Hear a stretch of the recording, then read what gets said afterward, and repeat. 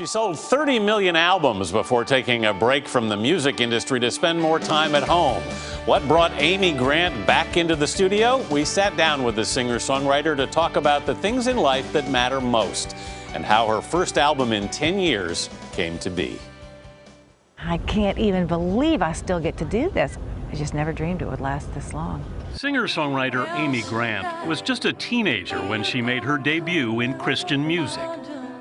Grant's first album was sold only in Christian bookstores, but it sold over 50,000 copies within just a year. And the queen of Christian pop was throned.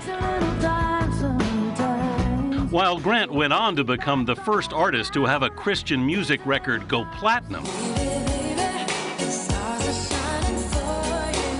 she found even bigger success in the 80s and 90s with crossover hits like Baby Baby and That's What Love Is For.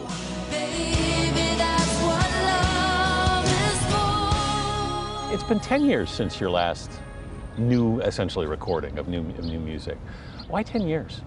I had 3 teenagers who are now all in their 20s, and they would have loved me to put out a record and be gone. Your kids would have loved you to put out a record and be gone? Yes. Get you out of the house? Teenagers? Oh, yeah. But after 6 Grammys and 10 top 40 hits, the Nashville native, who's married to country star Vince Gill, put the brakes on her 3-decade-long career.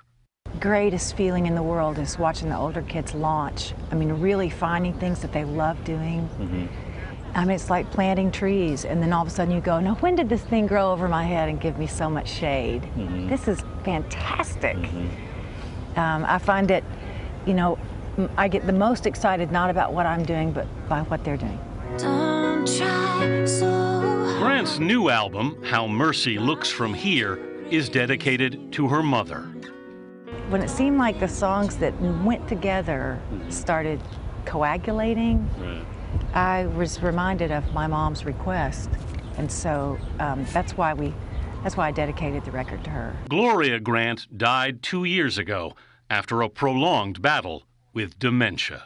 I had gone to see her one night right before I packed a bag and got on the tour bus. And I said, well, I've got to go sing, Mom. And she went, you sing?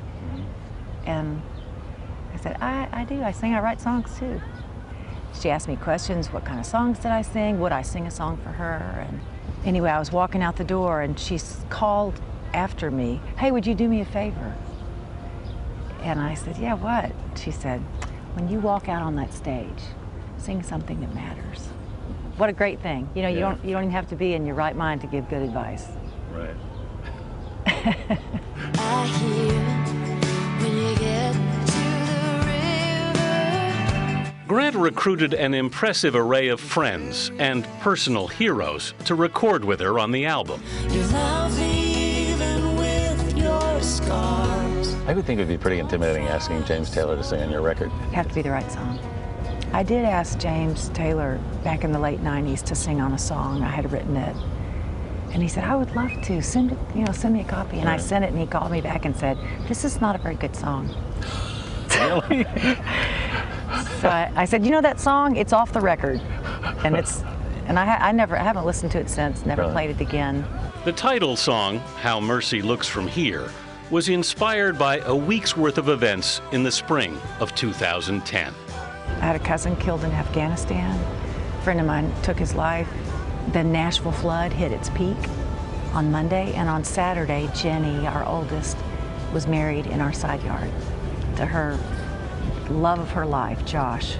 I felt like Tarzan swinging on a vine from just the high highs to the low lows. When you face your greatest fear. I think I learned how to reframe hard times in the context of what is there to be gained here, because there's always something to be gained. And I think that voice comes through in the songs. Just a lovely lady and a lovely record, and all of those things that have happened to her, you hear in it. Why do you think she decided to come back after 10 years? I think, as she said, her kids are grown, and she's got some space again to do stuff, and so many things that happened to her. She just had songs in her, and they've come out. I love how she said that their kids were now trees that gave her shade. So poetic, even in an interview. Even in an interview. You can see why she's a successful singer-songwriter.